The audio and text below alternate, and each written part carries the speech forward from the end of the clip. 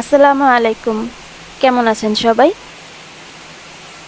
বাইরে খুব সুন্দর বৃষ্টি হচ্ছে। ভাবছি আজকের বৃষ্টি ভেজা দুপুরে আলু দিয়ে গরুর মাংস রান্না করব। তাই চট করে ফ্রিজ থেকে গরুর মাংস বের করে নিলাম। গরম গরম ভাতের সাথে গরুর মাংসের তরকারি খেতে দারুণ লাগবে। এখানে প্রায় 2 কেজির মতো মাংস আছে। মাংসগুলো আগে আমি মশলা দিয়ে মাখিয়ে নিব। তো এখানে দিচ্ছি 1 টেবিল চামচ করে লবণ, হলুদ গুঁড়া, 1.5 টেবিল চামচের মতো মরিচ গুঁড়া, 1 টেবিল চামচ করে জিরা, ধনিয়া, গরম মশলা গুঁড়া। তারপর দিব 1 কাপ পেঁয়াজ কুচি, 1/3 কাপ টক দই আর 3 টেবিল চামচের মতো আদা রসুন বাটা। মাংসগুলো এখন আমি ভালো করে মেখে কিছুক্ষণ রেখে দিব। এভাবে গরুর মাংস রান্না করাটা কিন্তু খুবই ইজি আর খেতেও খুবই মজা হয়।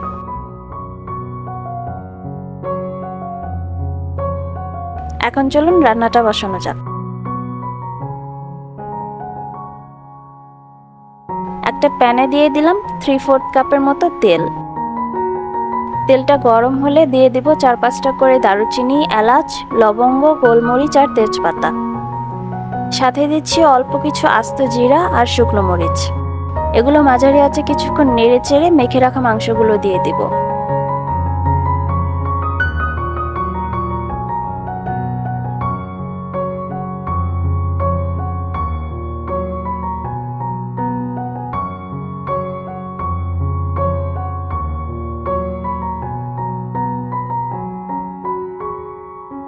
এখন মাংসগুলো আমি ঢাকনা দিয়ে মাঝারি আঁচে কষিয়ে নিব, প্রায় 15 থেকে 20 মিনিটের মতো।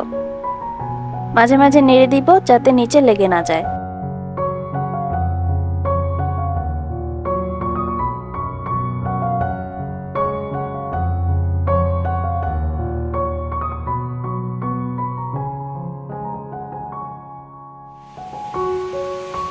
মাংসের পানিটা শুকিয়ে গেছে।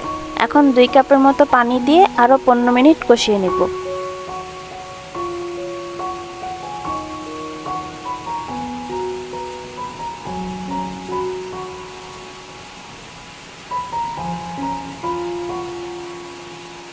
কিছু আলু কেটে রেখেছিলাম, আলুগুলো এখন দিয়ে দিব।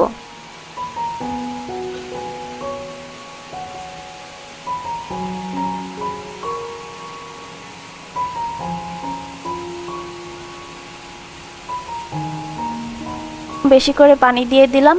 মাংস আর আলুগুলো এখন ভালো করে সেদ্ধ করে নিব।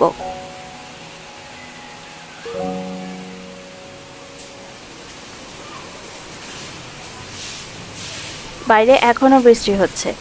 এদিকে আমার রান্নাটাও প্রায় শেষের দিকে। এই পর্যায়ে দিয়ে দিলাম কিছু কাঁচা মরিচ আর ধনেপাতা।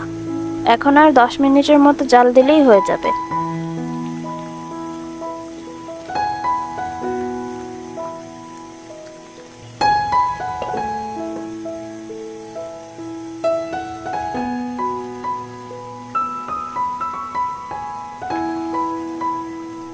এই তো তরকারিটা এখন রান্না হয়ে গেছে। খুব সুন্দর স্মেল আসছে।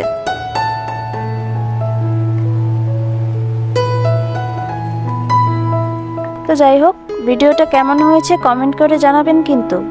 ভালো লাগলে একটা লাইক দিয়ে দিবেন আর আমার চ্যানেলটাতে এখনো সাবস্ক্রাইব করে না থাকলে প্লিজ একটা সাবস্ক্রাইব করে দিবেন।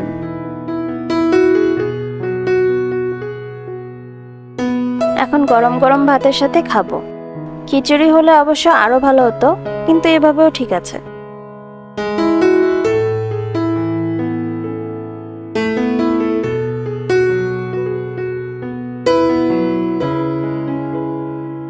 আজ এ পর্যন্তই। সবাই অনেক ভালো থাকবেন আর আমার ভিডিওটা এ পর্যন্ত দেখার জন্য সবাইকে অনেক অনেক ধন্যবাদ।